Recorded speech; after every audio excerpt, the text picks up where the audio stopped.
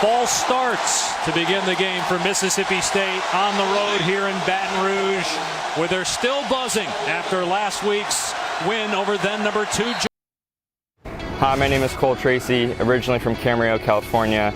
Out of high school, I didn't really have a whole lot of Division I offers, so I decided to go play football at Assumption College in Worcester, Massachusetts. After my 4 years there, I felt like this was my opportunity to pursue my dream and play big-time college football. So I made a few phone calls and ended up here at LSU. So there you see Cole Tracy. He's looking up at the D in Death Valley. That's his target. When he was at Assumption, he was looking at a tree off in the distance. Here he's looking at the D there. Get his eyes set on that, and he makes the field goal. It's 13-3, and this will be a touchback. We check in with Adnan Burke. Again, first one.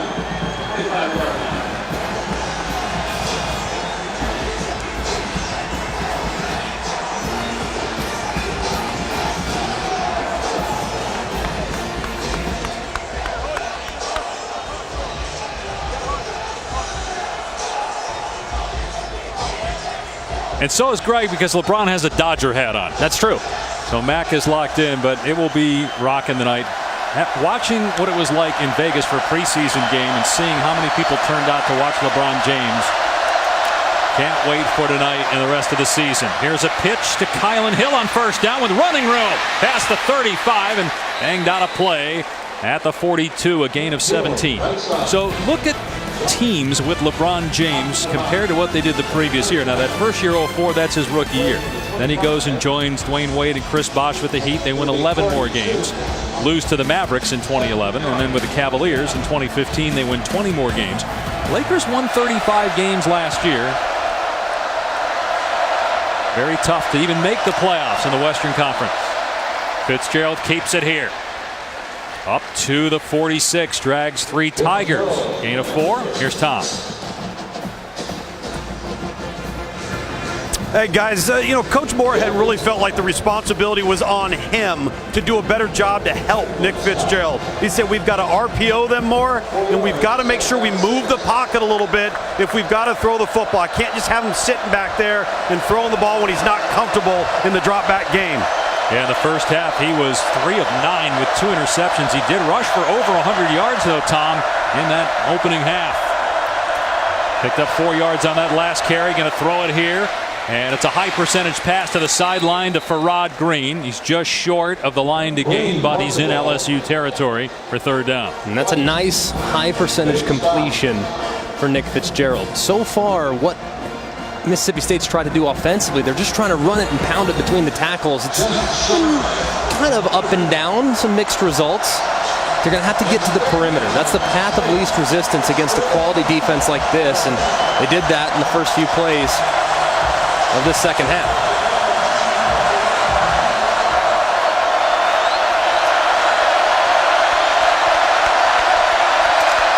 Stop raining, so the footing is better. Fitzgerald, though, will not get the first down. He ran into Devin White. Fitzgerald weighs about as much as White, but White able to make the play. One of the best linebackers in college football. It's fourth down. You would think Mississippi State would go for it here, and they're going to bring in an extra offensive lineman. And they are. And they're taking out number 73, Darrell Williams, who's one of their better run blockers. He'll be in at left guard. And this is a huge decision for Joe Moorhead here. I'd be surprised if anybody carried it besides Nick Fitzgerald in a setting like this. We're going to have to call timeout. They were not lined up correctly. So they burn one that leaves them with 2 midway through this third quarter. ESPN College Football, brought to you by Lexus. Experience amazing. And Samsung QLED TV, the official TV of ESPN College Football. Do you like the decision here to go for it on fourth down if you're Mississippi State down 10 near midfield? Man, I don't love it. I really don't. Their defense has played well, but the last 2 drives for LSU at the end of the half and in the first drive of the second half, they've been able to move the ball. So maybe Joe Moorhead feels as though they Not sure how many more possessions they're going to get. Got to get aggressive.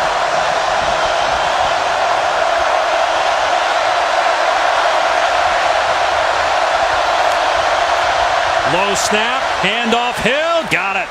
But a flag down. Hill makes it to the 40-yard line. We'll see what the penalty's about. Rashard Lawrence looked awfully close to being in the neutral zone. He's lined up that way all night long, guys. He's been encroaching on that point of that ball. Offside. Number 90, defense, lined up in the neutral zone. 5-yard penalty results in a first down. And look at the neutral zone here. You can see it. I mean, this is very clear. I mean, the neutral zone is right there. He is in it. And as a result, they don't even have to snap it. They could have gotten it. But Ed Ogeron not happy. That's Lawrence's second time he's been called for offsides and lining up in the neutral zone. Fitzgerald pulls it back, looks deep, gets hit as he throws, got a man, overshot him, incomplete. Guidry got past the corner, or the safety, John Battle. Fitzgerald got hit by Neil Farrell and just couldn't put it on Guidry. Just overthrown by Nick Fitzgerald for the first time that Joe Moorhead's gotten aggressive in this game. Those safeties were flat-footed. Guidry ran right by him. Fitzgerald got hit as he threw, and it caused him to be inaccurate. How about this, Greg and Tom? That was his first pass on first down tonight. Hill, nowhere to go. Does well to get back to the line of scrimmage. Devin White was bearing down on him. White, leading tackler for LSU, number 3 in the SEC. He rides horses in his spare time, as Kylan Hill is injured on the play. White owns 7 different horses. That's how he winds down normally after a game, gets on his horse. 3rd and 10, so we saw Hill leave. Eris Williams is in. LSU showing a blitz here on the bottom of your screen. They back off. Fitzgerald going to run it. And he runs into a teammate. He'll come up short of the first down. They might go for it again on 4th down. It's too long for a field goal with Chrisman. Do you go for it here again? Definitely. Now, if you're going to go for it between the 45 and the 50, you got to go for it here. And that's a big reason why I think Joe Moorhead went with a quarterback draw right there to at least make this 4th down attempt a little more manageable. And this may be a spot, Greg, where, as Coach Moorhead said, maybe we move the pocket a little bit. Give him a run-pass option on the perimeter if the pass isn't there. 4th down and 3.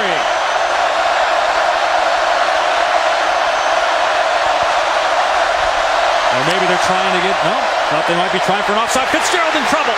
He gets out of there. Now being chased and sacked. Delpit gets him down. Boy, it didn't look like Fitzgerald saw that LSU player coming in the backfield.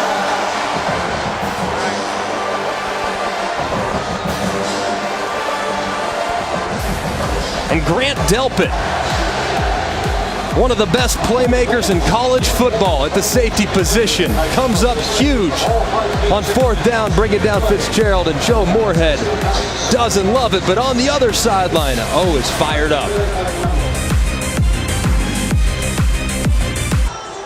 Welcome back to ESPN Saturday Prime College Football, presented by Hampton by Hilton. Mississippi State turns it over on downs, and LSU has the ball on its 45-yard line, leading 13-3. Ohio State transfer quarterback Joe Burrow hands it off on a jet sweep to Dillon, and he is brought down by Sweat, but a flag is down. Personal foul. Face mask. Grasping the helmet open and of the runner. Number 9 defense. 15-yard penalty. First down.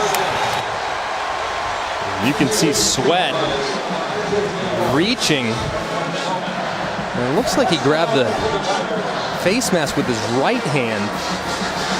As he comes around, kind of see it? I mean, that's, man, I don't know. I thought he got the shoulder there. It looks like the shoulder pad. Right his there. hands inside that collar. And that was tough luck on Montez Sweat. Looked like he made a great play. Sweat comes back and grabs Edwards-Helaire at the 40-yard line, so no gain. That was a great play right there, my Montez Sweat. It really was, Greg. Yeah, it was. He just absolutely put Austin Deculus, the right tackle, 6 yards in the backfield, and Sweat grabs Helaire. Burrow back to throw, and his pass is on target. Jamar Chase, a true freshman, has the first down. Burrow has been so much better since that interception in the first quarter. Yeah, and off coverage like this, just run a little speed out. 10 yards, roll into 12. When there's no disruption in the rhythm, you can make those throws look easy. Back to the ground game, getting outside Edwards-Helaire, spins. Brought down by McLaurin. Let's see where they spotted his boy. Just saw McLaurin go high in the air. I don't know if that was intentional by LSU or not, if he just collided with an LSU player. It's a little dramatic to me. It's like McLaurin was trying to draw an unsportsmanlike, and the official didn't take the bait. 2nd and 1. Keep it on the ground and get a first down with Edwards-Helaire. If you're Mississippi State at this point, this is really a must-stop possession if LSU scores a touchdown. I know there's a quarter and 3-4 minutes remaining, but obviously they only have 3 points, and they have not really moved the ball at all since that opening possession, after the interception anyway, when they drove it down the field, had to settle for 3 when they got 1st and goal. A very important set of downs right here for this Mississippi State defense. Play fake for Burrow. Burrow throws high. Tried for 6'7" Stephon Sullivan, and it's hard to miss him unless you throw it 7 feet 7 inches, which is what he did. And Tom, I've been impressed with Steve Ensminger, the offensive coordinator for LSU. I really like their plan so far in the second half. Yep. Not as heavy on the run game, putting a little bit more in Joe Burrow's hands. He's responded to the challenge. Yeah, and we've seen a little more motion, maybe some more formational things in terms of shifts, and then Joe Burrow, really the essence of it is he's been more accurate as a whole. They're the best SEC team in the red zone, Tom, and they get 2nd and 10 after that incompletion.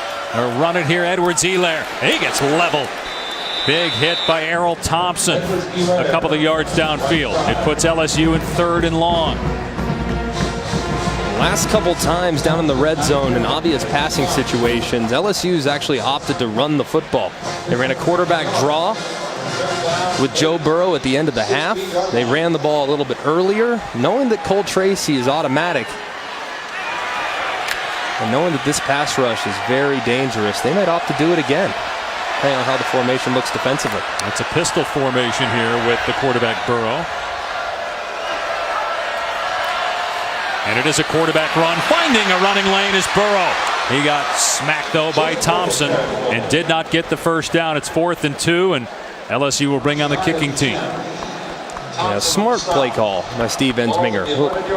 Obviously, you want to score touchdowns. You want to stay aggressive, but man, field goals in a game like this, when points are at a premium, are huge. Burrow already threw 1 first-half red zone interception. Don't take that chance, especially knowing that your offensive line is occasionally leaky, and this Mississippi State defensive front can get after the passer. And Tracy has been so good all year. 19 of 21, and both his misses were beyond 50 yards. This is a 29-yard attempt. And it is true again to make it 16-3. Tigers late in the 3rd quarter. But a long way to go with that quarterback, Dwayne Haskins of Ohio State.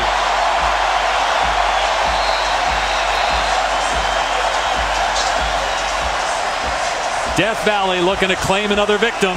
It's a 16-3 LSU lead. And a kickoff that will go through the back of the end zone for a touchback. Nick Fitzgerald against Florida got beat up on a 4th down to end the game. Didn't recognize the pressure, right up the A-gap, and smokes Fitzgerald. Didn't have a plan. Same thing here, 4th down. Delpit coming off the edge. The offensive line is sliding to the left, leaving Delpit unblocked. Fitzgerald has to recognize that. He's got to make sure that he's on the same page with his offensive line. He's started 3 years now. Having a better understanding of his protections is somewhere where he really needs to grow. It's really cost him, not just tonight, but a few weeks ago against the Gators. Only 19 passing yards. They'll keep it on the ground. Oh, Harris Williams stumbled. He's in there because Kylan Hill was shaken up on the previous series. The guy that's played a lot of football, and perhaps because of the rain in the first half, he slipped that time. A gain of 9 still. Man, Delpit was closing, but there was a lot of room for Williams. Got to keep his feet up.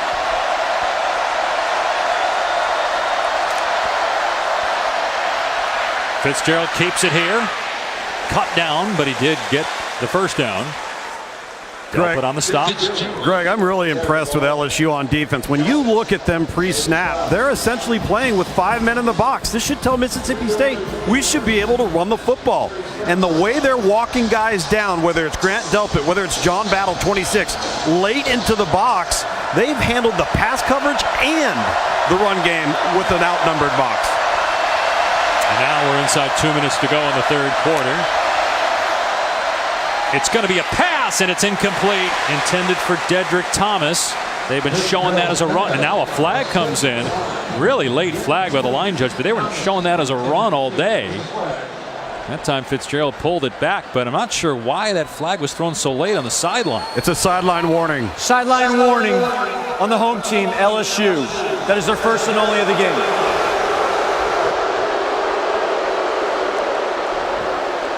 So it's not a penalty. It's still 2nd down and 10, and Coach O saying, don't do that again. Please get back. I think that's exactly what he said.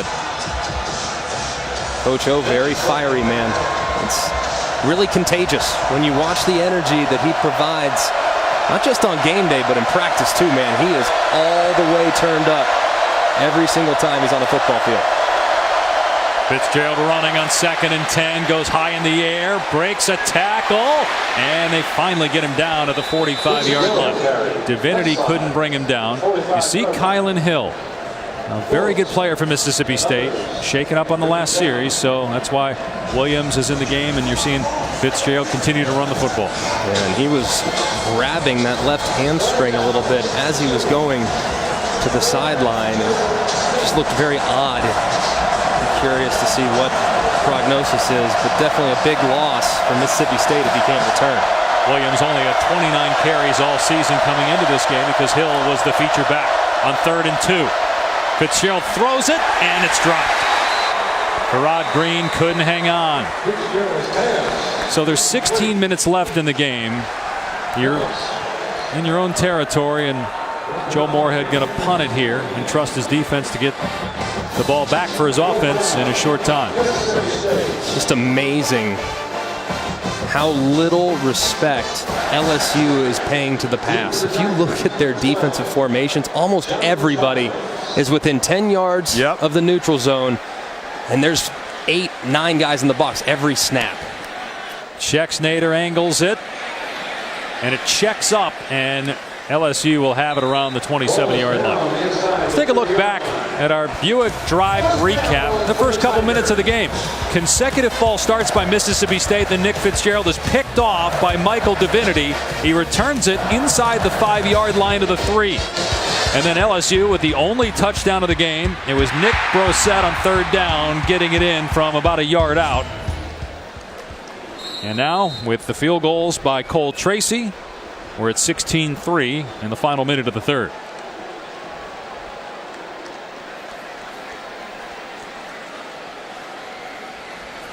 Here's Brossette trying to get around the end. He does. Pushed out a play by Jamal Peters. It's a good pickup on 1st down. Very good, and it's really going to come down to this Mississippi State defense. And they got to make a play for their offense. They forced the turnover early on the interception of Joe Burrow, but they got to get another one. If you look at their offense, they've just really struggled. Outside of the first drive of the game or second drive of the game, they haven't done much consistently on offense all night. Their defense, they're going to need to make a play for them if they want to win this one. And don't forget LeBron James and the Lakers against the Rockets coming up next on ESPN. LeBron's Staples debut as a Laker. Brossette on 2nd down gets the 1st down. Willie Gay on the takedown, but it's a fresh set of downs when we start the 4th quarter. And isn't this what Ed Orgeron wants out of his football team? Get late, get into the 4th quarter, and all of a sudden you're running it. We'll see if they continue to lean on Mississippi State when we start the fourth. The Tigers are in command, looking to get to 7-1 and keep their college football playoff hopes alive.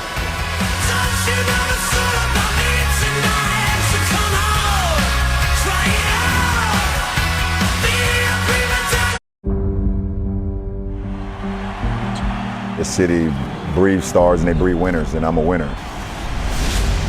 I won't accept anything less of trying to be great and wanting to be great. It's coming up following our game here in Baton Rouge. LSU leading 16-3 over Mississippi State. They run Brosette on first down, and he picks up a couple of yards. I know gold and purple, a popular color here, obviously, but you don't see a lot of Laker jerseys in Baton Rouge, but they're everywhere now with LeBron James. You look at his debut, a loss to Portland Thursday night. 26 points on 16 shots, 12 boards. His home debut next against the Houston Rockets. He got a good core, man. Kyle Kuzma, one of the most underrated rookies. Lonzo Ball. I might hop on the Lakers bandwagon this year. Why not? Brandon Ingram. Well, you got some characters there, too, with Rondo and Stevenson and JaVale McGee. We'll see how that works out as Brosette comes up just short of the first down, but very good run on 2nd and 7 of 6 yards. It'll be 3rd and 1. Let's see if Lugs will jump in here with some NBA knowledge. Yeah, because LeBron should be playing in the defensive front for Mississippi State right now. What a fake by Burrow, and he gets the first down. Mississippi State trying to rip the ball out. By the way, speaking of Joe Burrow, LeBron has nothing on Joe Burrow's grandmother. His grandmother, Dot, averaged 54 points per game in high school. Oh, my goodness. 54? It's unbelievable. Grandpa was pretty good, too, James. He was the starting point guard here at Mississippi State from 1949 to 52, but the grandma, Dot, could school him. Third, I mean, look at that, 1,481 points. How long were the quarters? That is amazing. 54 points. Oh, my gosh. To average that. From the 45, Burrow off play action. Going downtown. Caught inside the 30 by Edwards-Helaire. Again, they're trying to rip it out. They blew it dead. Forward progress stopped at the 25-yard line. The first down for the Tigers, a gain of 20. Really interesting design. You see the play action fake. Usually that running back just running out in the flats, 2 or 3 yard outlet throw. Instead, they say Edwards-Helaire. No, you go right past the linebacker level and go on a go route. It's a nice design from Steve Ensminger, the offensive coordinator, and a really nice throw by Joe Burrow off play action. LSU with a chance to put it away. Ball on the ground, maybe. No, he kept it. It looked like it. He lost the ball, but he somehow secured it with Montez Sweat bearing down on him and Errol Thompson. Did a good job just to get back to the line of scrimmage. I know that this is not a pretty play by any stretch. This is a great play for a quarterback. I know it doesn't seem that way. Like, you bobble the ball, that's bad. But don't make a bad play worse. So many times we've seen LSU quarterbacks just right there, spin around, throw the ball behind them. So many quarterbacks make mistakes and they lose games. Catastrophic plays are what they're called. Joe Burrow doesn't do that. And as a result, he's 6-1, staring his 7th win right in the eye.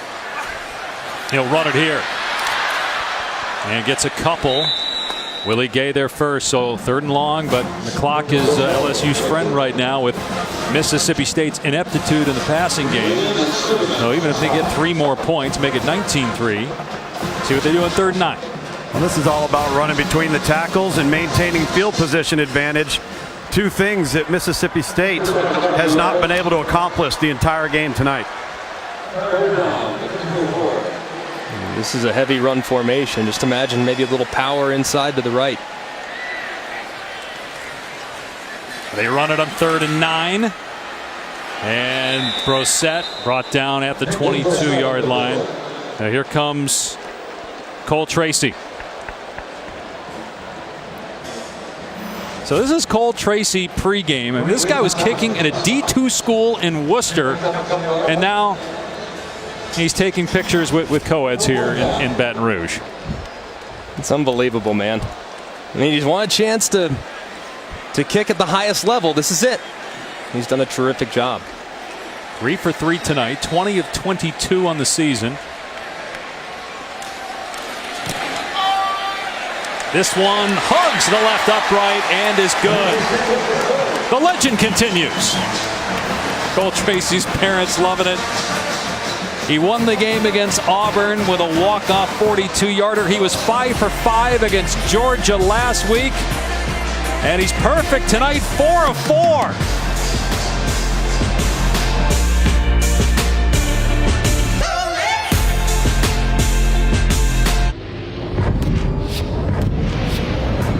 ESPN, home of the college football playoff. You're watching the SEC on ESPN with Greg McElroy, Tom Luganbill, Dave Pasch in Baton Rouge. LSU's next game after tonight is Alabama here on November 3rd. They've got a 19-3 commanding lead on Mississippi State. It'll be a touchback. They'll come out to the 25-yard line. ExxonMobil unexpected outcome was last week against Georgia. LSU had 4 takeaways, 4 sacks. They held Georgia to a season-low 16 points and 322 yards and stunned the number 2 team in the country. What a performance it was. I mean, the defensive performance by LSU last week was nothing short of magical. And that performance has only improved. They haven't allowed Mississippi State offensively to do anything. This is a star-studded defense. It's really coming into their own. And at this point, Nick Fitzgerald's got to start throwing the ball, right? You got 10 minutes to go. He runs it here. He's 1 for his last 9 passing. He picks up 4. Adnan, take it away.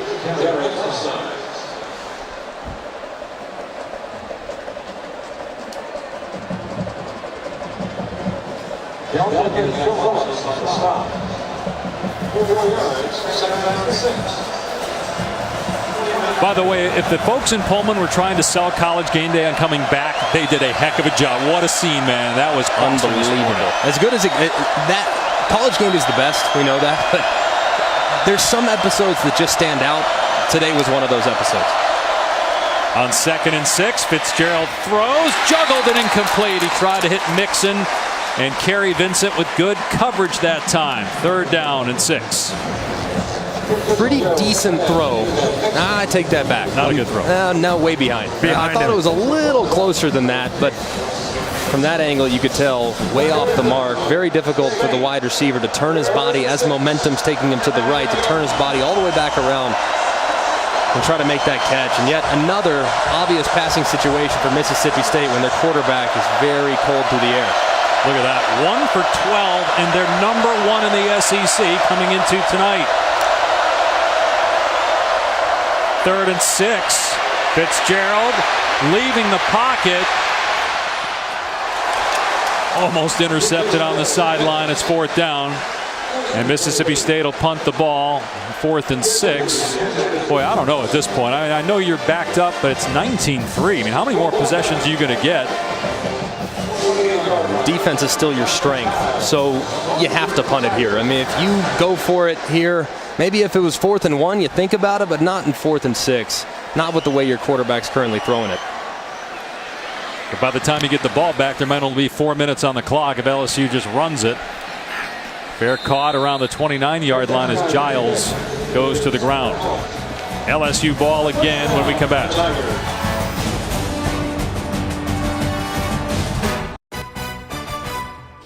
ESPN College Football is presented by Hampton by Hilton. For the best price guaranteed, book at Hampton.com. And in part by Nissan, premier partner of the Heisman Trophy. LSU right now in command against Mississippi State.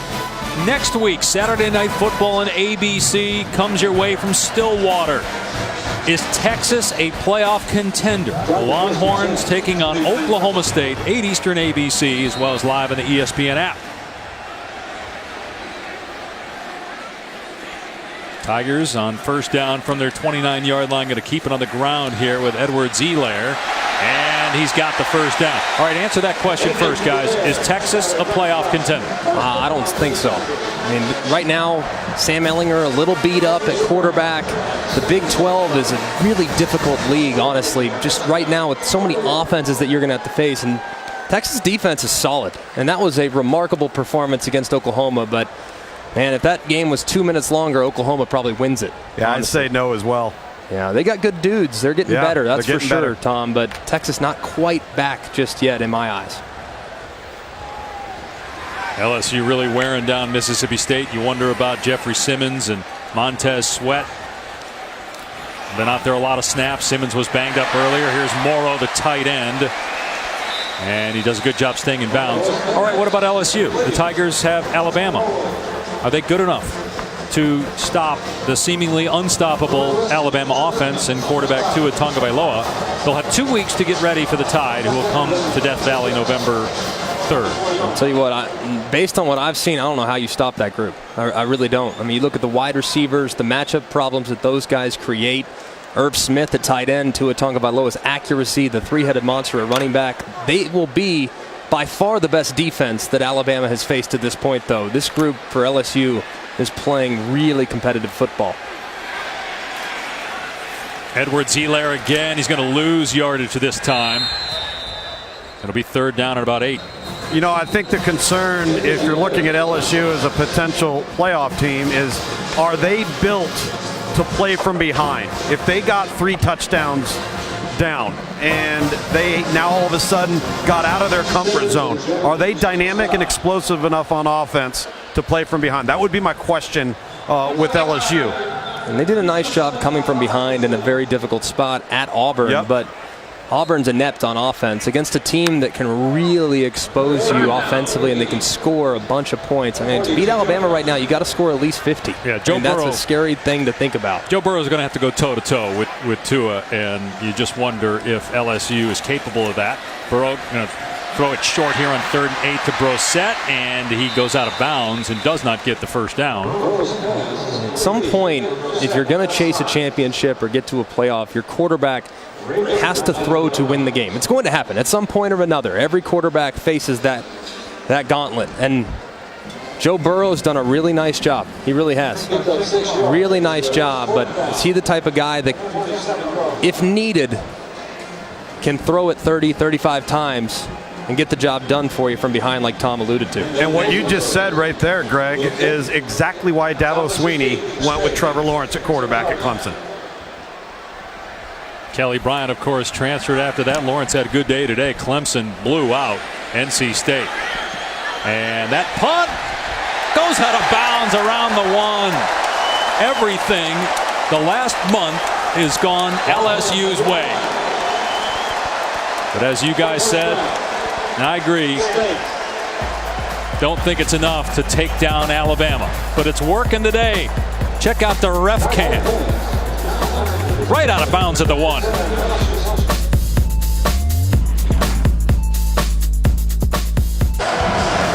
Mississippi State's had a tough time getting anything going offensively tonight because Devin White has been all over the place. Here he is chasing down the pitch man on the screen. And how about this?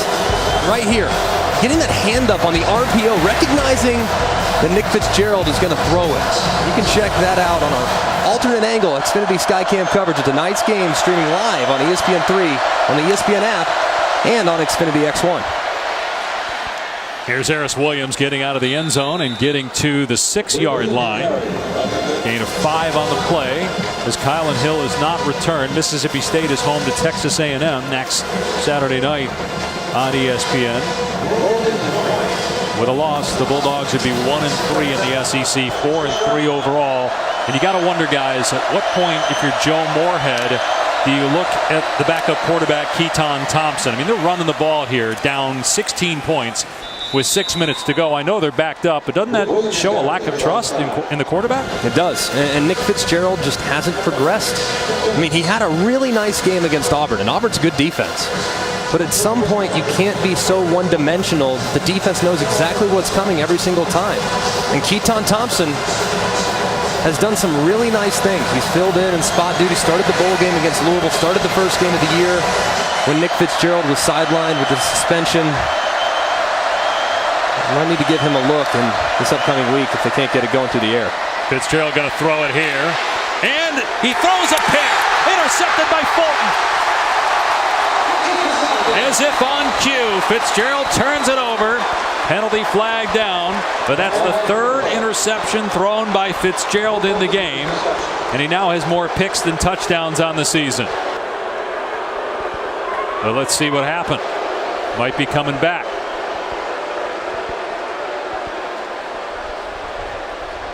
Fitzgerald got hit pretty hard when he released that pass.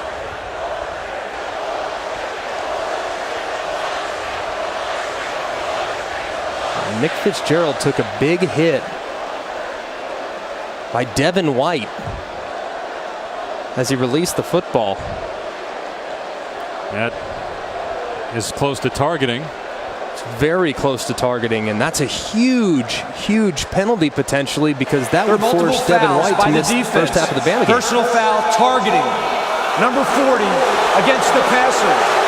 After the play was over, unsportsmanlike conduct, number 20 and number 26 of the intercepting team. Wow. Both these penalties will be enforced. This is the first unsportsmanlike conduct foul by number 20 and number 26 of the home team. This play is now under video review. So those are big penalties, but if this stands, Greg, to your point, I don't know if everybody heard you because of the ref mic, Devin White would miss the first half of the Alabama game. He's their best player on defense. Man, that is just enormous. And you can see as he's coming in, that looks like forcible contact to the head or neck area. Got to protect the quarterback. Nick Fitzgerald's defenseless. And here's the penalty for unsportsmanlike at the end of the play. Good call there as well. But the targeting play is enormous just because since it's in the second half of this game, not only is Devin White ejected for the rest of this game if it's upheld, but he'd have to miss the first half of their next ball game, which happens to be Alabama, the biggest game of the season.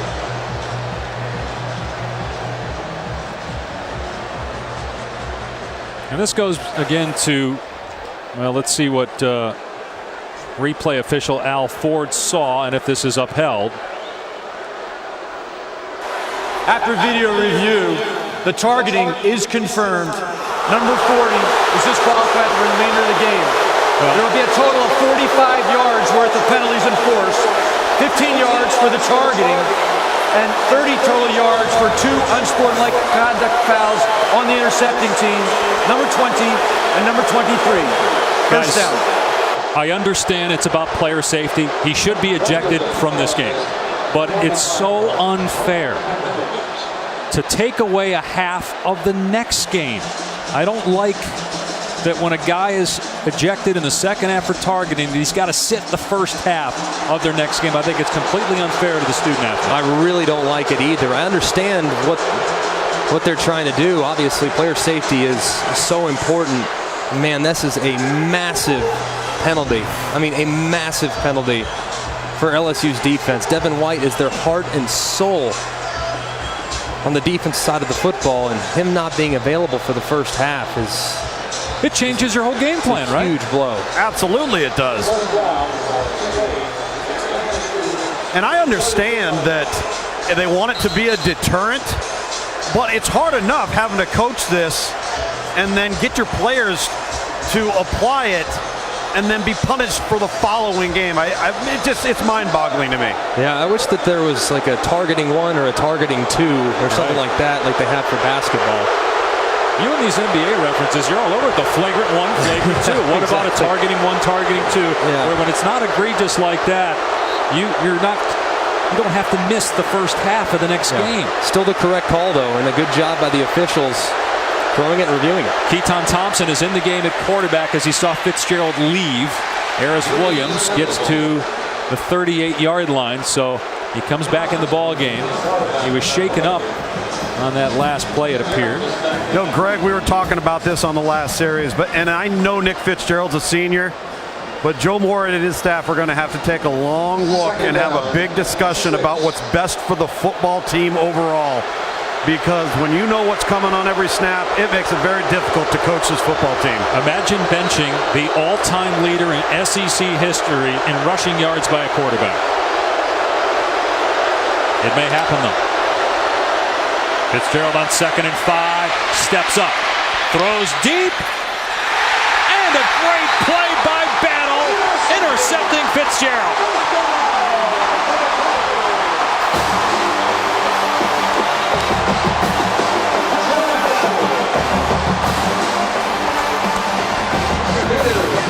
And it looked like he had the receiver. He just underthrew the pass. And Battle dives for the INT. LSU in full command.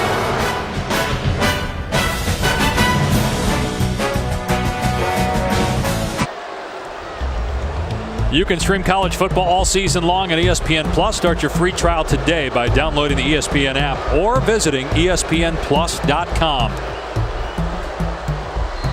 LSU takes over after another interception by Nick Fitzgerald. Tigers lead it 19-3. They'll keep it on the ground with Edwards-Helaire. And he drags Bulldogs to the 19-9-yard run. I want to go back to the interception right here. Fitzgerald does a good job of breaking through the initial rush. And he's got an open receiver. I mean, look at all this space. And he's about to find it, but he just can't execute the throw. Ball comes out of his hand low. If he puts air under it to the back of the end zone, it's a touchdown. And there's been so many opportunities in the passing game over the last few weeks, and Nick Fitzgerald just hasn't been able to execute it, as you can see. How about that? Almost as many picks as completions now. In fairness, you saw him there trying to work that right hand. Perhaps it's been injured. We don't know, but I imagine Moorhead will tell the media in post-game as they pick up the first down here on the ground. Let's go to Adnan in the studio.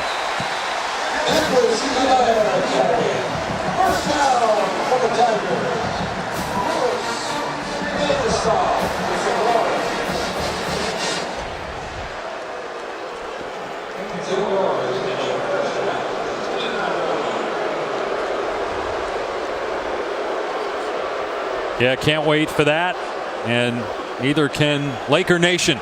But how about Purdue? A shocker over Ohio State. And they've been cruising in the right direction for a while. Purdue, after an 0-3 start, seems to have all the pieces working. Tigers just keep it simple here and run Edwards-Helaire to try to milk the clock. Mississippi State has 2 timeouts remaining.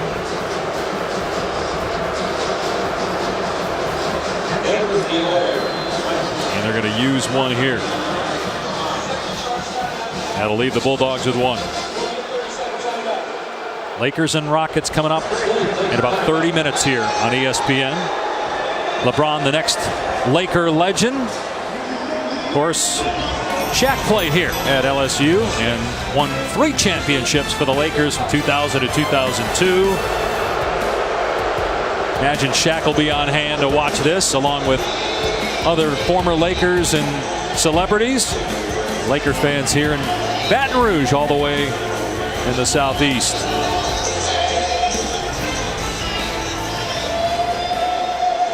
Wearing the Magic Johnson jersey, I would think that you would a few better moves than that. But it's okay. Not bad. A for effort. You know, Shaq won 4 championships, 3 with the Lakers. Who was the other title with? That would be the Miami Heat. I was asking Tom, actually. Oh. Trying to, that would be the Miami Heat. Good job, Tom. No, I buy all my Gold Bond powder because of him.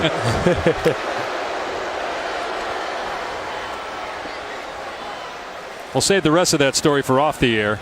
Here's Edwards-Helaire on the carry out to the 32. Gain of a couple. Again, Mississippi State can stop the clock one more time, and we'll do it here. What do you do, guys, if you're Joe Moorhead as a coach? You know,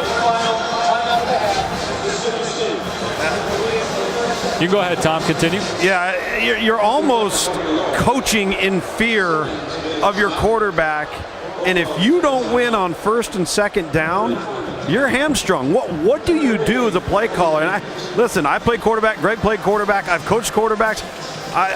This is a unique situation. I don't know if in recent memory, and Greg, you may disagree, have ever seen a team that is so one-sided and one-dimensional and has no answer in the other areas.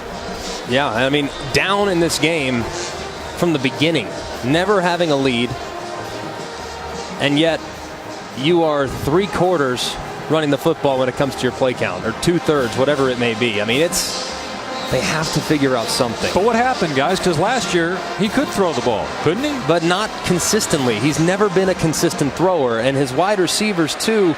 That group's got to improve as well. There's not a lot of separation. I mean, I don't know where the answers are. Are we taking something away from the LSU defense with this conversation? I mean, I get it. Nick Fitzgerald has struggled as Edwards-Helaire runs the ball here in his pushback. Mississippi State can't stop the clock. But LSU's defense, what they did to Georgia and what they're doing to Mississippi State tonight. Oh, they're for real. I mean, there's no denying that. But this has been a long time coming. I mean, Nick Fitzgerald hasn't played well against any defense outside of Auburn when he ran the ball very efficiently. So it's definitely a great group he's playing against tonight, but the inefficiencies at the quarterback spot for Mississippi State, when that's such a premier position in that offense, they got to find a way to solve some of those problems.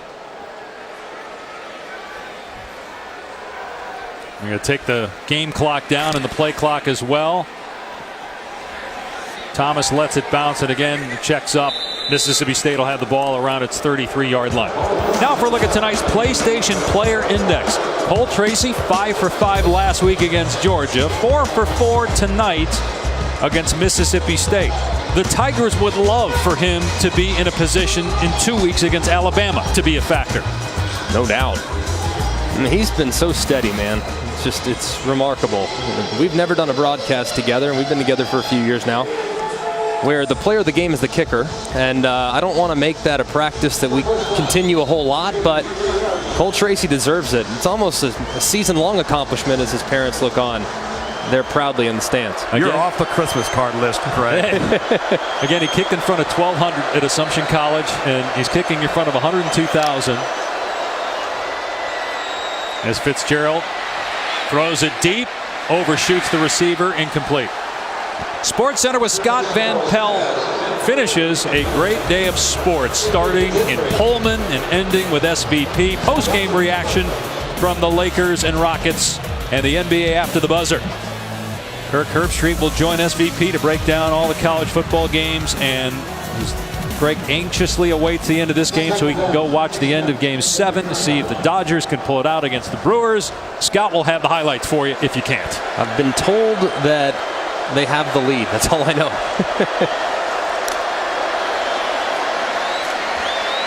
Fitzgerald has a completion and trying to get out of bounds as Mitchell, and he does, to stop the clock with 40 seconds to go. No, Dave, thought he stopped the clock anyway. They're rolling it. You're asking if we've diminished the performance of LSU's defense. I loved their plan tonight. I thought on first and second down, some of the things they did to walk a guy late down into the box, but show a light box and still play the run. And then, Greg, you mentioned earlier on third down, load the box with 7 and 8, dare Mississippi State to throw it. I thought they had a fantastic plan with really good players as well. But again, Devin White will not be available for the first half against Alabama, as that is a completion for a first down to Justin Johnson because of that targeting call. Staples Center, we thought it was rocking the night. It's going to be off the charts at Staples in downtown Los Angeles when LeBron James is introduced and Showtime is back in La La Land for the Lakers and Rockets. Coming up.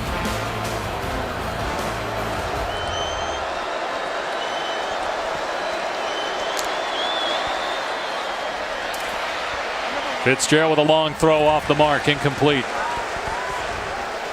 How many wins for the Lakers this year? Since you got the roster breakdown earlier. I'm going to say they're going to be. I'm going to say they're going to be the 4 seed in the West. And the West is brutal, obviously. Golden State needs no explanation. I'm going to say they're the 4 seed in the West, and they make it to the Western Conference Finals, where they will fall in 4 to Steph Curry and the All-Star team that is in the Bay Area. Well, last year you had Houston 1, Golden State 2, and then about 2 games separated 3 from 9. So if they win in the upper 40s, there's a chance of that happening as Thomas breaks a tackle, is pushed out of bounds.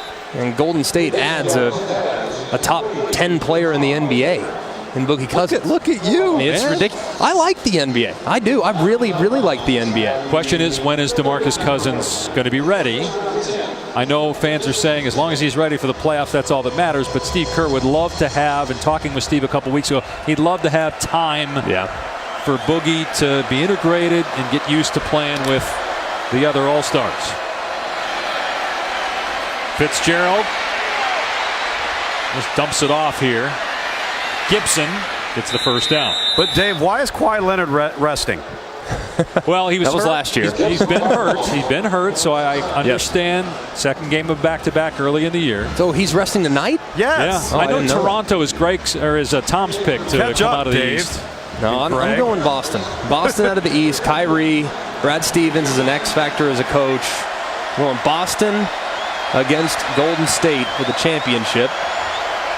And Golden State, I'll make a real bold prediction after they went 16-1 last year en route to the championship. They're going to go 16-0 in the playoffs this year. As they go. Before titles in 5 years for the Warriors. Fitzgerald takes off inside the 20-yard line and down to the 16. Here's the only thing you guys were asking earlier about making a change. If Joe Moorhead was going to make a change and go to Keaton Thompson, wouldn't you put him in now and let him kind of play out the game? And you'd probably do it on the bye week too. But he was coming off of a great performance. Nick Fitzgerald was probably a performance that led to him continuing to be the starter. But Keaton's played very well when he's gone in, and they might need to give it a look at some point. They really might. Gibson can't hang on. Tom, I'm never going to be one that hoots and hollers for a quarterback swap, but there's just no progress being made by Nick Fitzgerald. Yeah, there isn't. He has not gotten better in the passing game. And listen, this is generally an RPO-based offense. They've had to go away from that, and they've gone to what he does well. But you're going to have something to complement that, and Nick Fitzgerald right now can't provide it.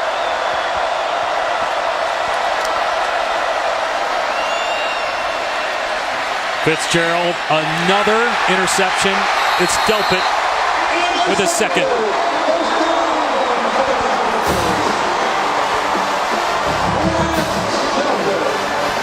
Fifth pick of the year for Delpit. And 4 interceptions by Fitzgerald. Although at the end here, you're just trying to force it in there. It's not shocking you're going to get picked. You're trying to make something happen. Yeah, I mean, it's a stat stuffer for Delpit for sure. And it was a good play by him, breaking on a late throw by Fitzgerald, man. But you got to figure out a way to move the ball through the air. I mean, Joe Moorhead is an offensive guru, no denying that. He's got to find an answer. Burrow takes a knee right at 40 seconds, and that should do it. The LSU Tigers beat their 4th-ranked team this season. And next up will be number 1. After a bye, the Tigers will welcome Alabama to Death Valley.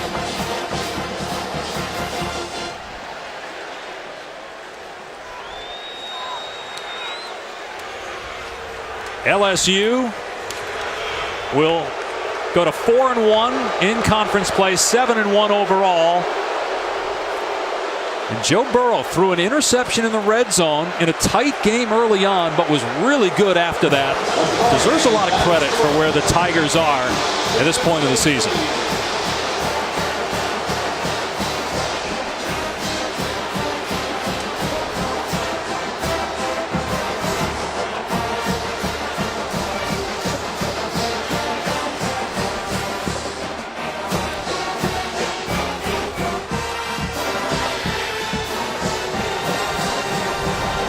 Let's go down to the field and Tom. Well, Coach, a tale of two halves for you on offense in the second half. What was the message at halftime? Was it scheme? Was it mindset? What was it? It was just at the block up front. Get rid of the ball quick, catch the football, and move down the field. We went to outside zone scheme. Great job by offensive coordinator Stevens making a big win for our team. You know what's coming on defense with a game like this and a quarterback run game like Mississippi State. So how proud are you of your kids and how they performed tonight? Proud of our guys. Nick Fitzgerald is one of the best players I've seen in college football. They got a great scheme. Kudos to our defensive staff and all our defense for holding them for 3 points. Big one in 2 weeks. Yeah. You guys will be ready, won't you? Yeah, we will. We're going to enjoy tonight, though. All right, thanks, Coach. Go Tigers. And they should enjoy it. It was an impressive performance by LSU. 19-3 they beat Mississippi State. Coming up next, Michelle Beadle and company with NBA Countdown, followed by the Rockets and Lakers. And you know what that means. We are witnesses. First time at Staples. Lakers, Rockets. Send that to ESPN. What can you do? Beadle, take it away. LeBron and the Lakers.